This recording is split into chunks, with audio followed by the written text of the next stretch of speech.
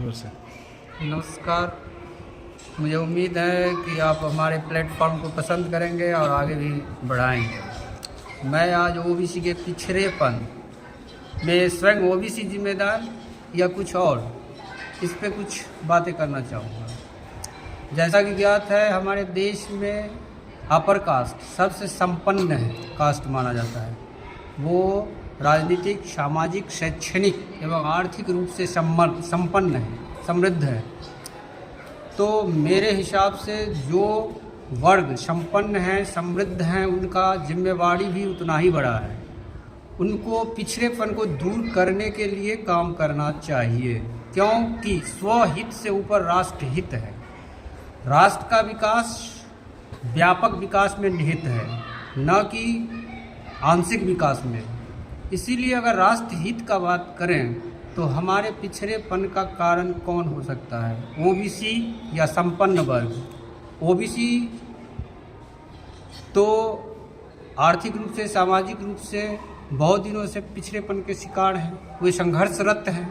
लेकिन जो सक्षम वर्ग हैं, उनका क्या दायित्व है कि हम राष्ट्र को अपने साथ साथ राष्ट्र का भी मजबूती के लिए काम करें।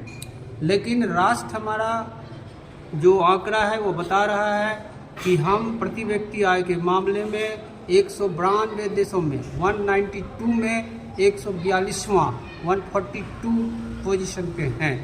इससे हमारे पिछड़ेपन का अंदाज आप लगा सकते हैं कि जिस देश में एक वर्ग ढिढोरा पीट रहा है कि ओबीसी स्वयं अपने कारण से पिछड़ा हुआ है, वह वर्ग क्या इस पिछड़ेपन का जिम्मेवारी लेगा कि हमारा राष्ट्र इतना पीछे क्यों है?